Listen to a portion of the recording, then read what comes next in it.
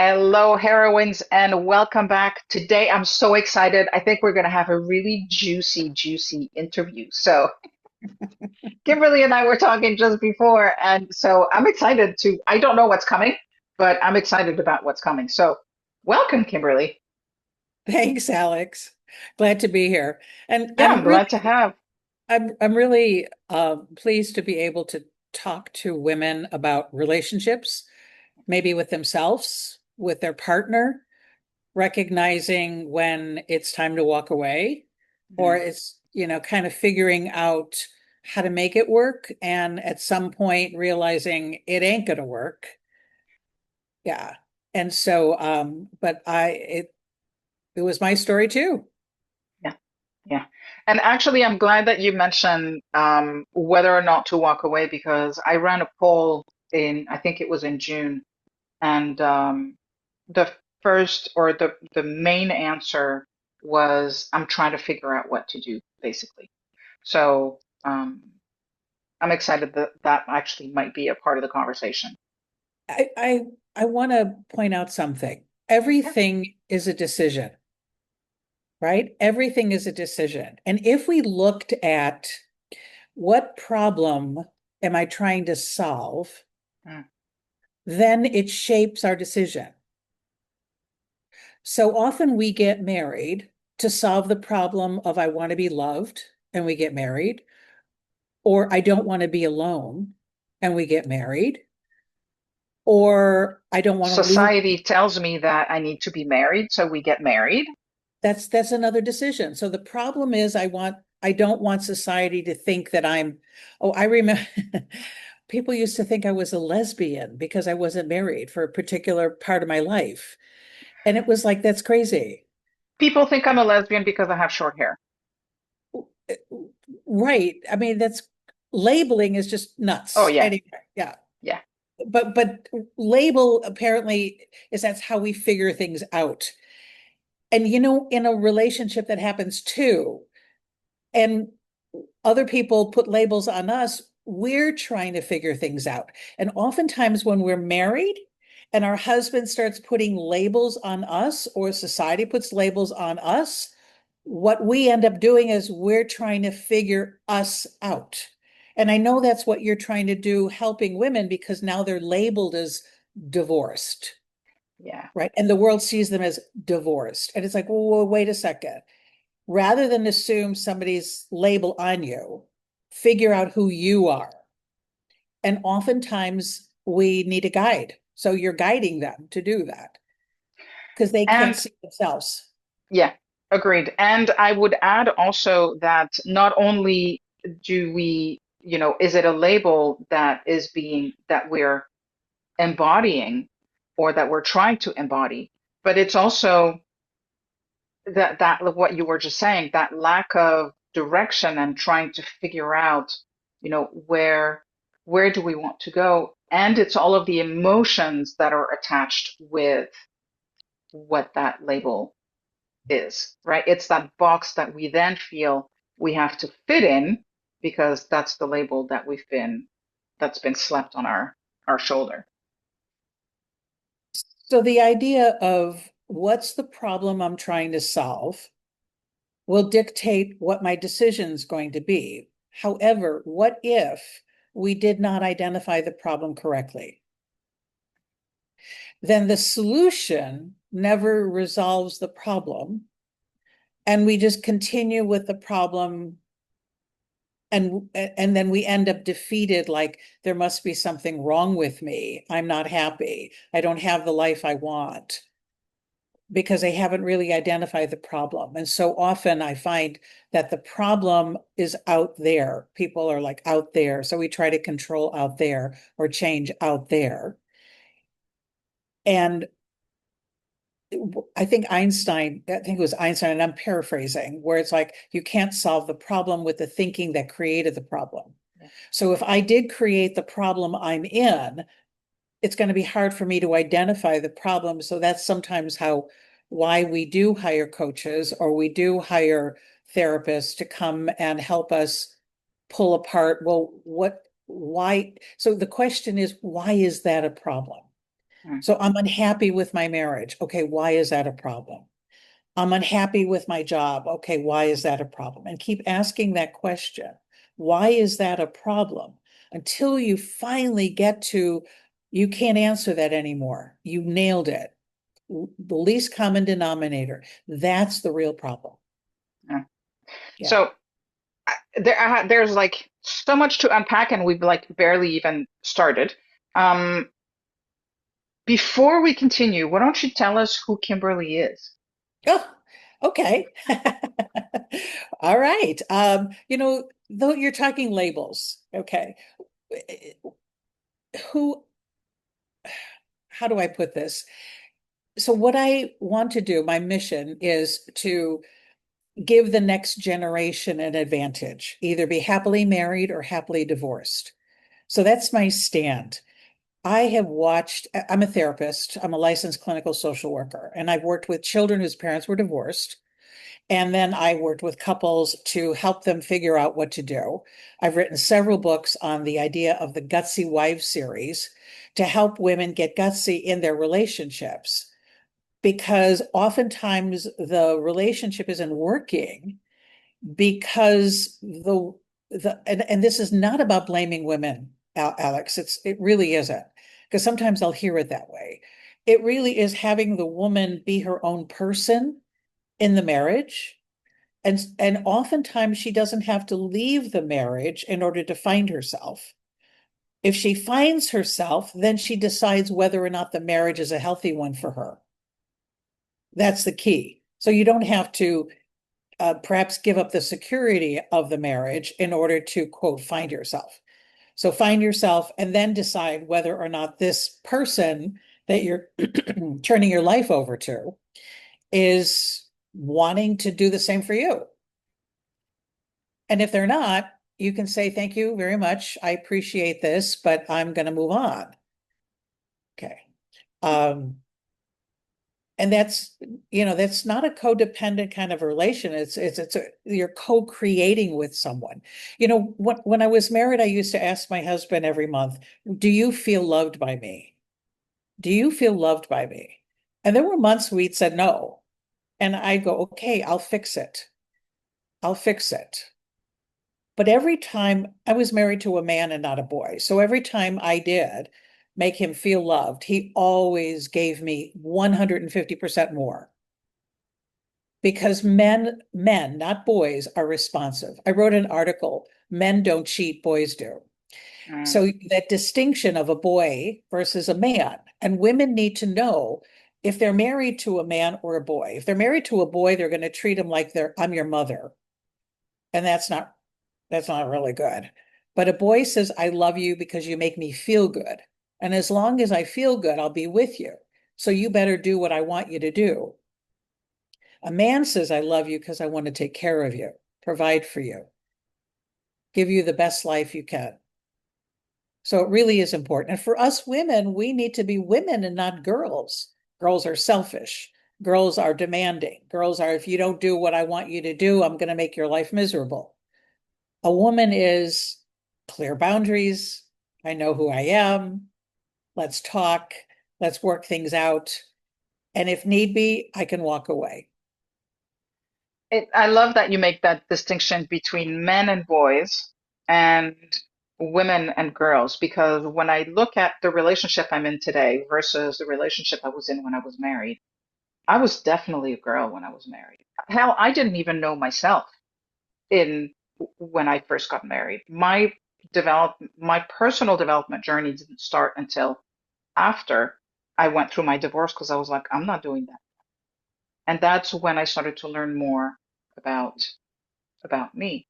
So having that distinction and knowing kind of where you are in the, in the girl woman continuum, because it's a process, right? You don't go from girl to woman overnight. You grow into that.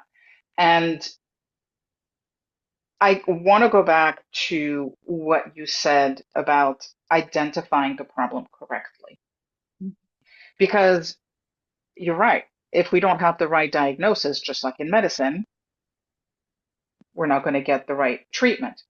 Right. So how do you go about doing that? How do you identify what the root cause of the problem is? Is it the seven whys questions, or is there another way of doing that?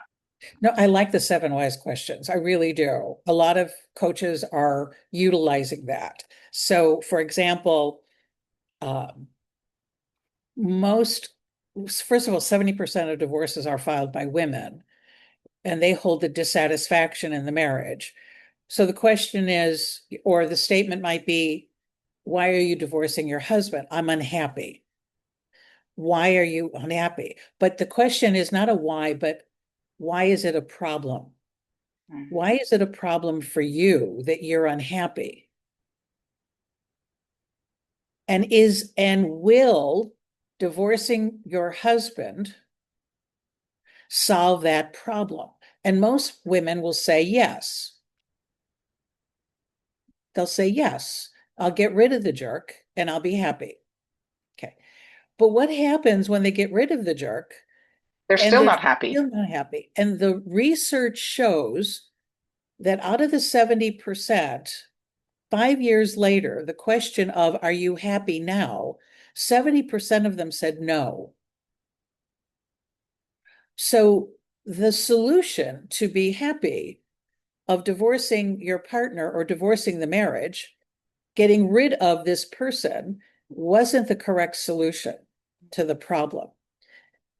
So what is the problem? I'm unhappy. Okay. Why is that a problem? It's a problem because I don't like this feeling. Okay, you don't like this feeling. So why is that a problem? So what, you don't like this feeling? Do you think you'll always feel this way? But what can you do to make that happen? So I'm studying solution focused therapy. And what's interesting, solution focused therapy does not look at what's your problem. They look at your resources and the solution to how to have what you want. So the answer would be, or the question might be, so what is your best hope?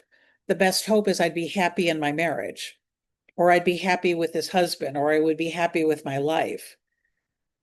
Okay. And so what difference would that make for you if you were?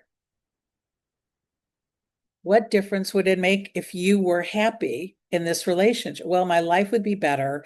I would be more productive. I would probably lose the pounds that I put on because I'm overeating. Um, I'd get out of the house more, whatever it may be. But what if we could do all of those things and our external environment never changes? Because it's all an inside job anyways. Right, right.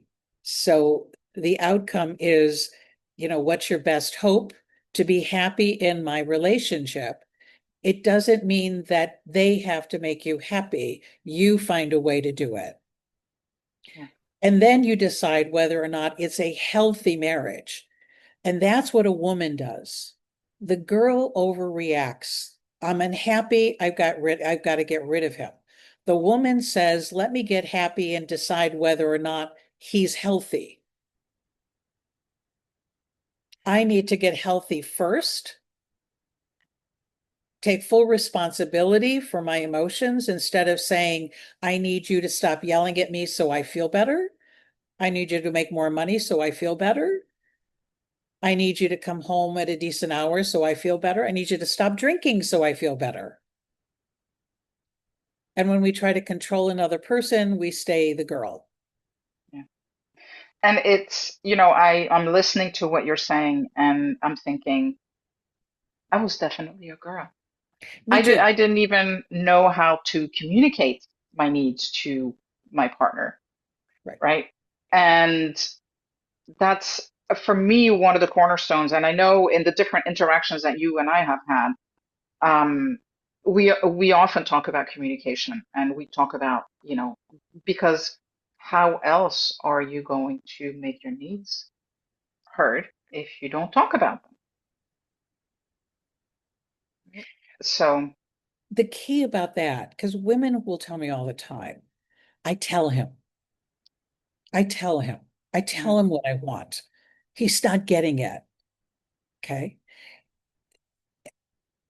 That that indicates that there's something wrong with him. And they rarely stop to think, maybe I'm not communicating in a way that they could hear it. So what I focus on is the vibration of your voice. So I have this free five day audio. It's called How to Have a More Responsive Husband.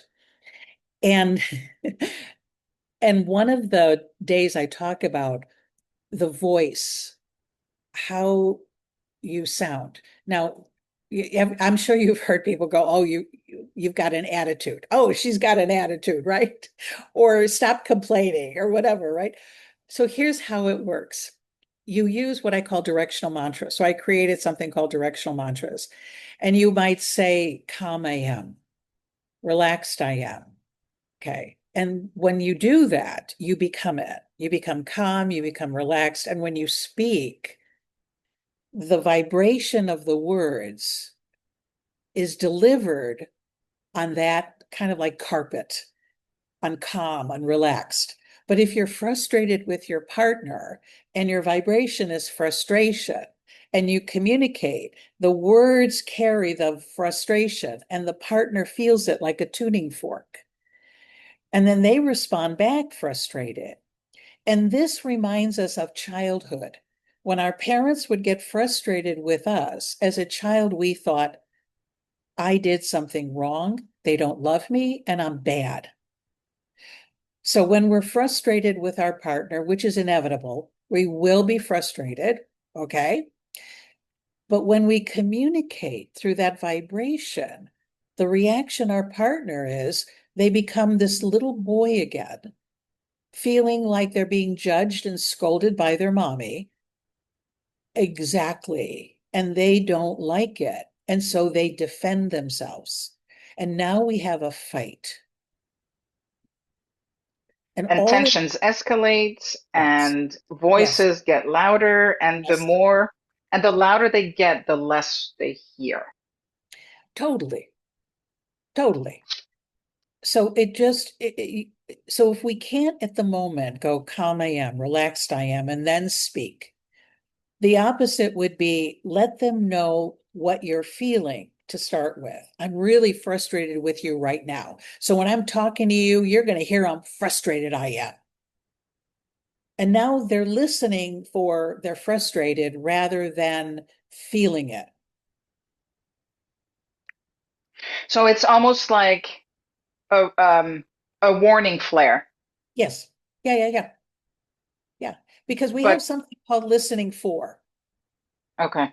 Listening for I'm in trouble versus listening for my spouse is frustrated. That's why we introduce people, by the way. If you're going to go on stage and you're being introduced and they tell you, oh, you do this and you have these books and you have this podcast and you have whatever it may be, people listen to you differently than if you walk on stage and nobody knows who you are. Yeah. It establishes kind of that baseline and that foundation so that it starts building the relationship with with the person. Yes. Yeah, yeah. Which reminds me, one of the things that if girls or women are going on their first date, I tell them, here's how you know not to take a second one. You ask the guy, who do they admire and why? Hmm. What they're going to tell you is the kind of values that they want to see in a woman. And if you're not it, don't take a second date. So if their values are, I admire my mom, she worked 3 jobs, she took care of the kids, and you're over there going, heck no. But I want vacations. I want to stay home with my babies. Don't take a second date. Because the more we quote date and learn about the guy, like I want to know more about the guy, we fall in love with the person we share ourselves with. This is critical. So the more we share our problems, our visions in life with somebody, the more fond feelings we get, and we think those fond feelings are love, and we bypass the red flags. So get the red flag up front and say, thank you very much. This was a lovely date. No, thank you. And to be very upfront about it. It's like, we're not a fit. Well, how do you know? Because nobody wants to be rejected. So the guy's going to get defensive. Well, how do you know? You say, oh, wink, wink, it's a woman's intuition. Honey, I'm saving you the trouble. I'm saving you a lot of money by dating me. Oh, I love it. I love it. I think that's so awesome because it's true. Like you go on dates and then you start to see flowers and you hear the angel sing and you hear the Yeah, harp playing in the background and you think, oh my God, this is my person. And then you get don't know married him. and all of that stuff kind of falls off. And then you wake up one day and you're like, who the hell are you? I've worked with couples that lived together for years, years. I'm telling you, years. And then they get married, and in 6 months, they want a divorce. Okay, can I just tell you, like, I've seen so many people do that, which is why my honey and I are probably never getting married because we've been together enough and things are working, and why mess with what's working? But I have a theory and I want to hear what you think. Okay. And my theory is that while you're living together, you're still almost like in a almost a discovery phase, but it's like there's there's a lack of quote unquote certainty in a way, in some ways, because you haven't made it official. And the moment you get that piece of paper, people stop trying and they've stopped showing up for each other. That's my belief. I could be completely wrong. I'd love to know what you think about that. It's okay. 9 o'clock. So I want you to think of somebody is working at Amazon, Okay. and it's a brand new job, and they're getting to know the job, and they're getting to know Amazon, and they, know how it works and whatever, and they're doing a great job. And the manager goes, wow, you're doing such a great job. I'm going to promote you. Now you're going to be the director. It's a different mindset, isn't it? Yeah. Okay. So now you're not going out with all of those guys that you hung out with at level one. And they're going to look at you and go, "Oh, look at you. You're a manager now. You think you're all that in a bag of chips." Okay? Our titles change expectations. When it goes from boyfriend, girlfriend, lover, significant other titles to my wife, my husband, that label changes the expectations, and nobody ever talks to them about what are the expectations of a wife and what are the expectations of a husband and what I think you expect from me and what you are really expecting from me. They don't talk about that. So that subtle shift of label changing changes the mindset of the dynamic. Well, you never used to do that. You used to open the door for me all the time. Because as a boyfriend, that's what I did. When I'm a As a husband, husband, I'm the king of the house, and husbands don't have to do that. So you are slightly correct on what you're seeing, but this is why it's happening. it, it, I hadn't thought about it in the context of labels, but hearing you say it, it makes perfect sense because it's true. Expectations are going to be different. Yep.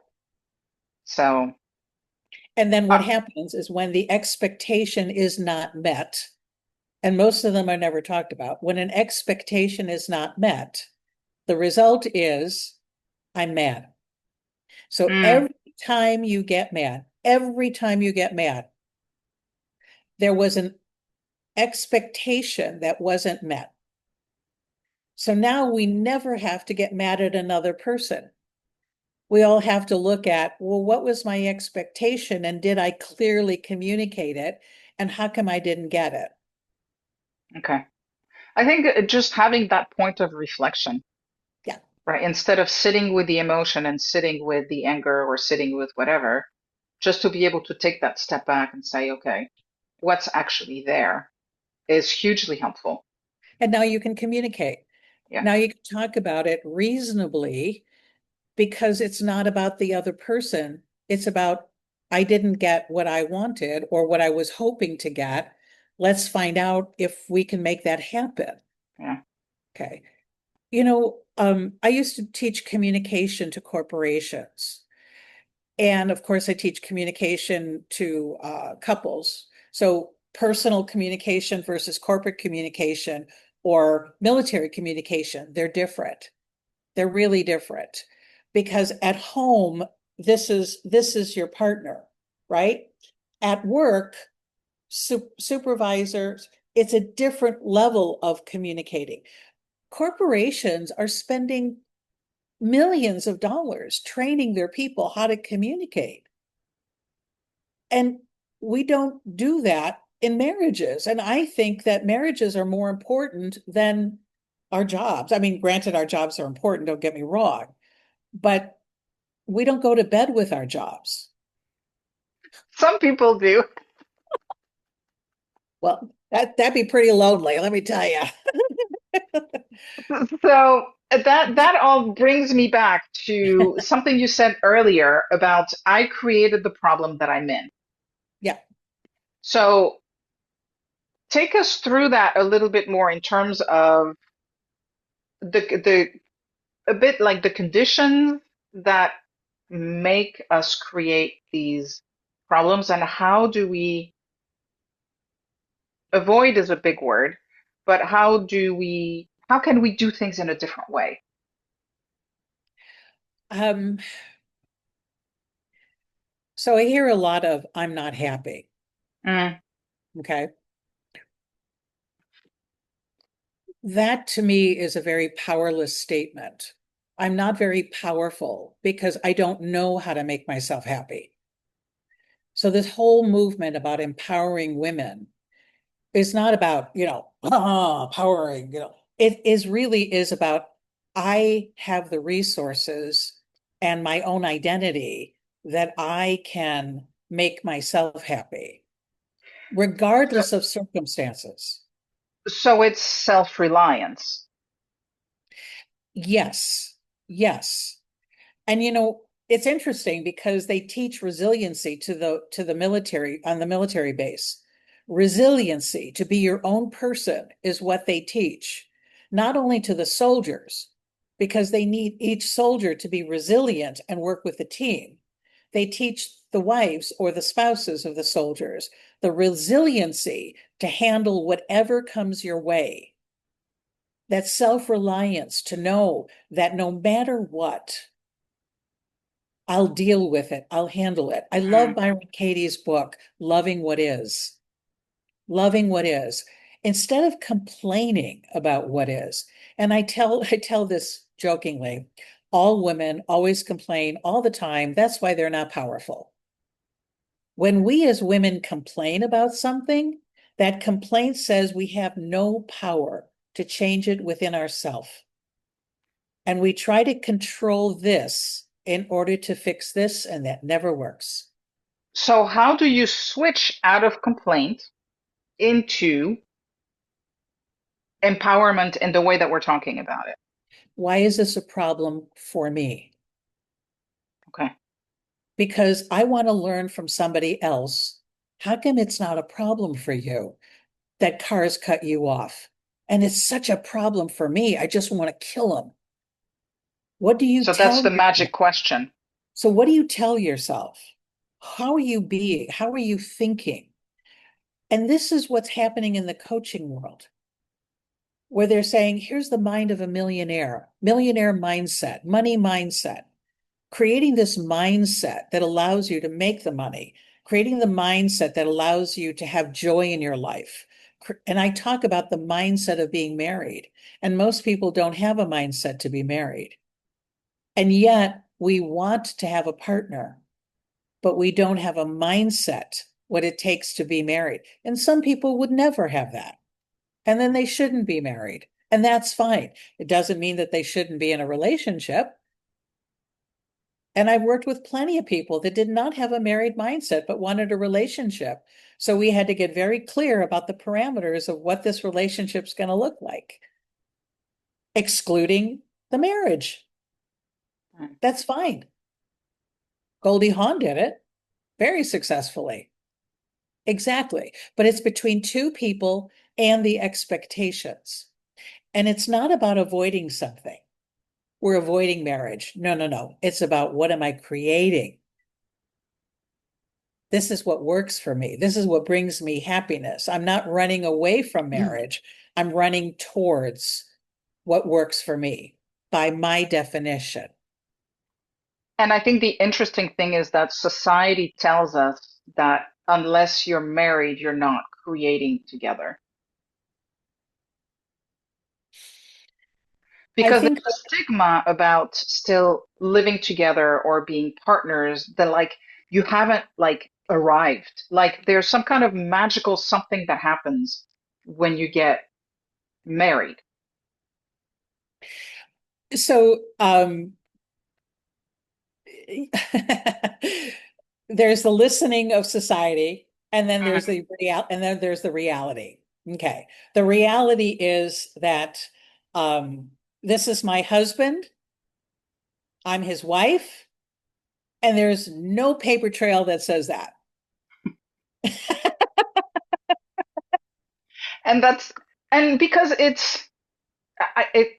brings to mind what you said before, because it's a mindset. And a Yes, piece of paper isn't going to give you that. that is correct. Which is why, there was a time in the 50s that the whole idea of a woman going to work and providing for herself was unheard of. And Mm, I lived through that women's liberation movement and through the change. And I remember going to the bank, and I was getting ready to work with Mary Kay back then. And I needed $3,000 to pay for the kit to start the business.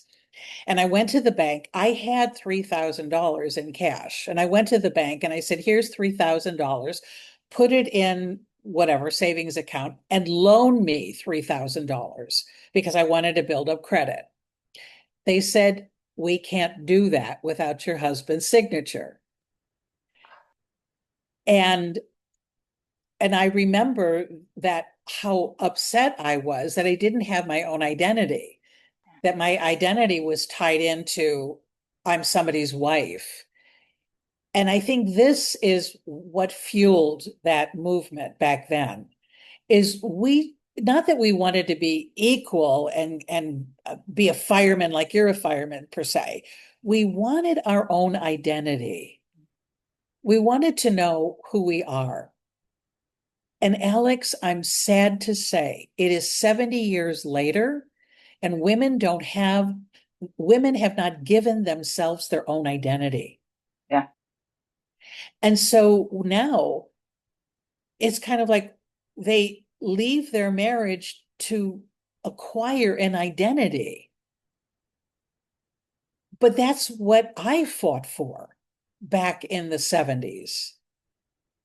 That I did not have to leave my marriage to know who I am. Mm. I needed to know who I am and teach my husband how to love me. Love me for who I am. We would have a favorite phrase. If I would mess up and be mad at him, I go, could you love me anyway? And if he messed up, I'd say, I'm going to love you anyway. And then it'd be over. We'd let it go, because that's what it means to be a woman, just to let it go. And the key is it's all about love and acceptance. And if I can't love and accept myself, how the heck am I going to love and accept somebody else? Yeah, very true. Because we can't see in others what we see in what we don't see in ourselves. I don't know if I answered your question about, how do we know and identify what is the problem? Okay. Mm, Because, if you put 10 different coaches and line them up and they have 10 different points of view, they're going to give you 10 different reasons as to where the problem is coming from. Okay. Um, but what if we stopped looking at and looking for what the problem is? Mm, What if we stopped doing that and said, what is my heart's desire? What do I really want out of life? And what difference would that make for me?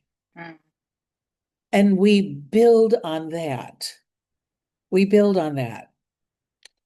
What if we did not have to think of us as broken, that somehow we have to fix it?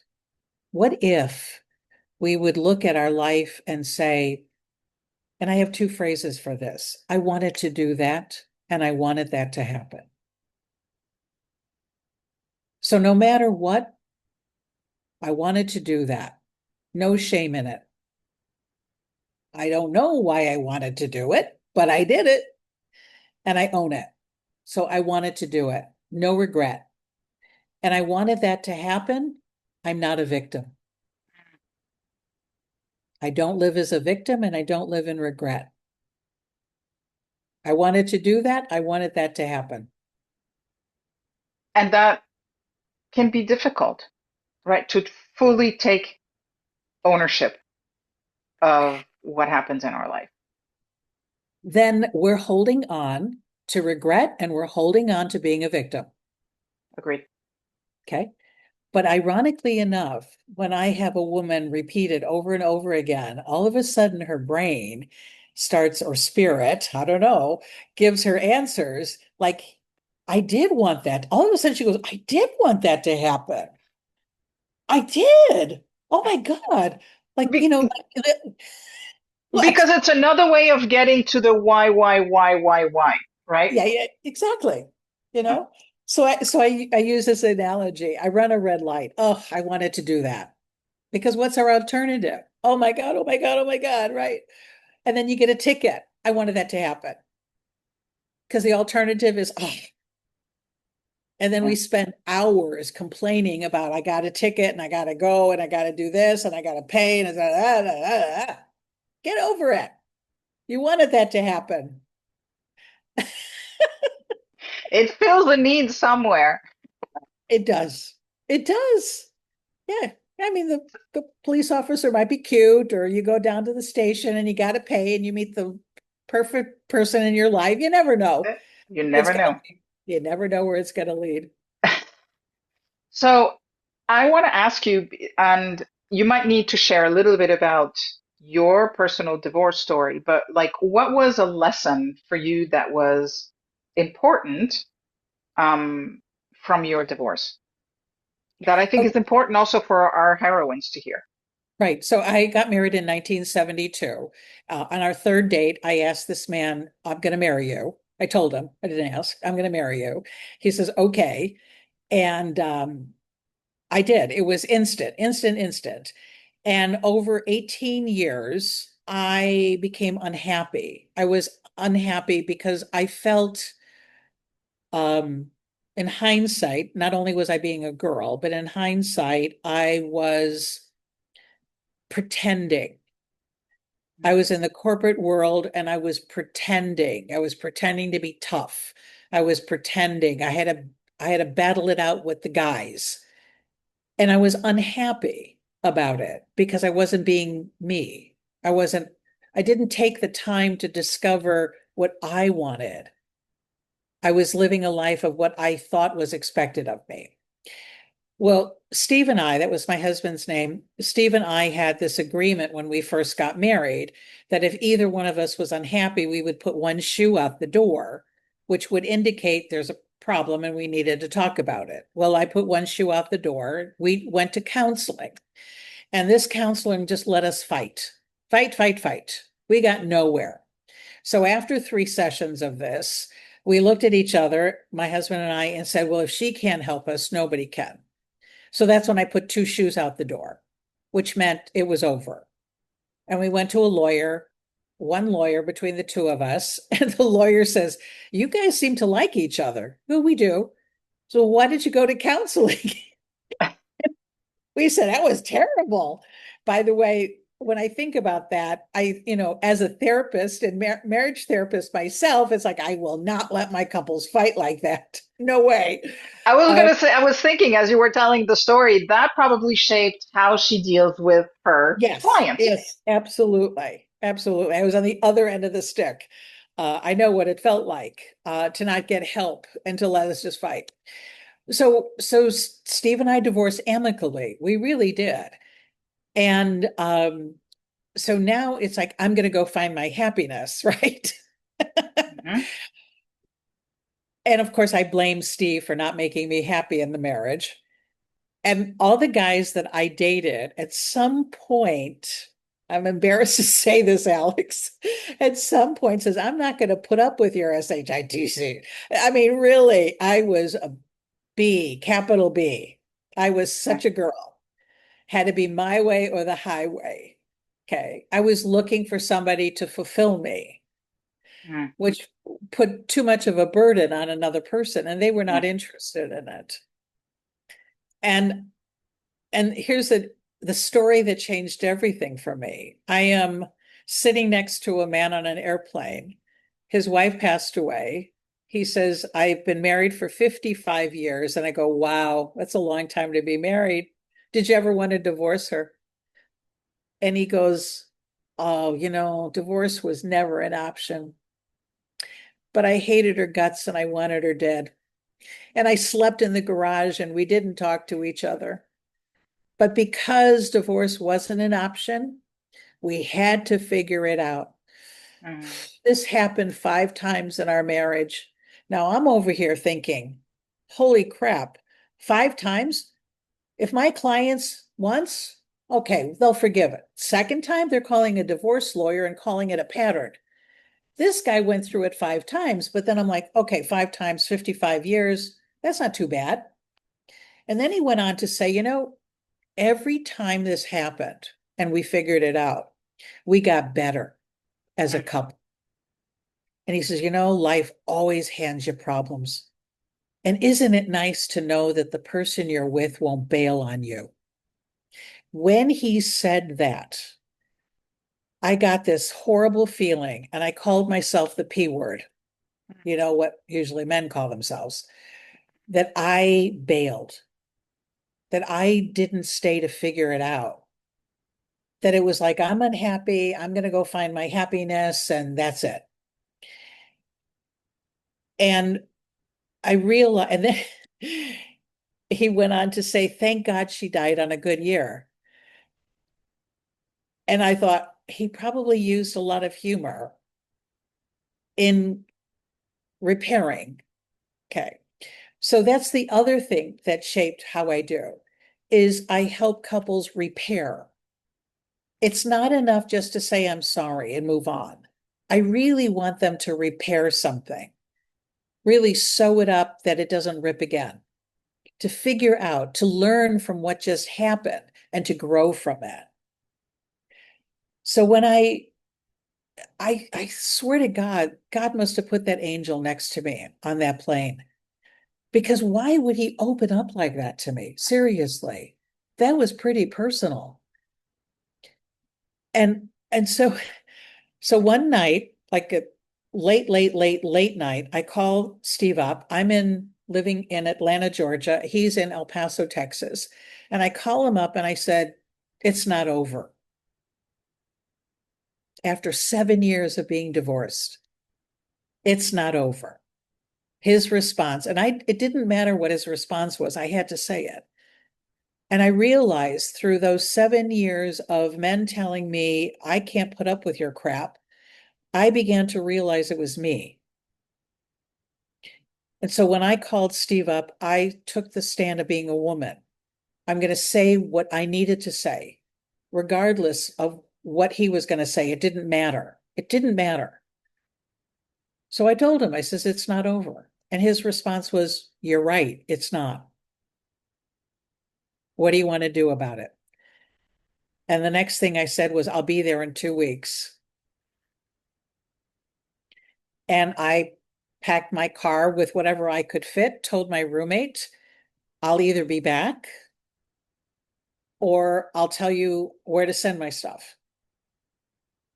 And I drove 2 days from Atlanta to El Paso with whatever I could fit in my Mazda at the time. And I got there and I looked at him and I says, we're going to figure this out. And he goes, okay. And I tell women, if your husband is coachable, you don't throw him back in the dating pool. Yeah. He's coachable. And so that's what we did. We figured it out.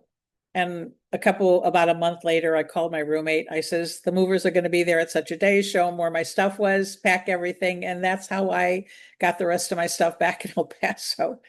And I never left. And he passed away about 4 years ago. And it was great. It was I great. love it. I know. I love it. I think it's so inspiring to hear that because you hear so many stories of, and I look at my honey, he's been unfortunately in a battle with his former wife for years and years and years and years. And to hear that contrasted with your story of hope and love, and I just think it's so nice when there's so much of the other uglier stuff out there. You So know, is it really ugly? I think the way people behave is ugly. Yes. Yeah. And I'm sure you've heard the phrase, he's such a a-hole, right? Yeah. Okay. And women, I don't know what you would call a woman that acts like that, but people who act ugly, I tell people they're not okay. Yeah. Uh, They're not yeah. okay. And so if somebody is acting ugly, rather than to get upset with them, you look at them and say, I get it. You're not okay. What do you need to be okay? Because it's not about me. I don't have to get defensive because you got ugly on me. I don't have to get butthurt because you got ugly on me. I don't have to be challenged because you got ugly on me. It's all you. It's like, I get it. You're not okay. And they'll Yeah. say, you're right, I'm not okay. Say, I get it, but I'm not the one who didn't make you okay. Yeah. And I fully hear what you're saying. I think the other person has to be willing to engage in that discussion and And if recognize not, that they are not okay. yeah. And if they're not, you say, bye. That's it. And that's it. I'm And not that's it. engaging. Yeah. I'm not engaging anymore. Yeah. And I've had to do that with people in my life. Mm-hmm. I'm not engaging anymore, but that's a woman. I don't have to be liked. Yeah. Girls have to be liked. So if I want to let your listeners leave with something, make sure that you're a girl. Alex, can I give a plug? Yeah. Yeah. Absolutely. Good. Yay. So I don't know if you'll be able to see this because of the screen. Let's see, I'll hold it here. Ah. What does it say? 101 red flags. Every gutsy woman needs to know. Aha. Okay. So it's a workbook. So each page is a red flag, and on the Okay. other side, you get to do the workbook. So this just Nice. got published last week. So when What? women Congratulations. so when women tell me, where were you when? Or how come I didn't recognize these red flags? And then what I do is I teach communication so that the woman can turn the red flag into a white one and have a relationship that works. If Gotcha. not, say bye. Yeah. So you know what? You're gonna have the opportunity once we get off the live, throw any information you want people to know about in the Okay. comments below, Okay. and how people can find you, how they can reach out to you if they want to. Um, yeah, so that'll make it easy for everyone. Kimberly, I just want to say thank you so much. This was so much fun. Yeah, it You and I was. need to talk more. Okay.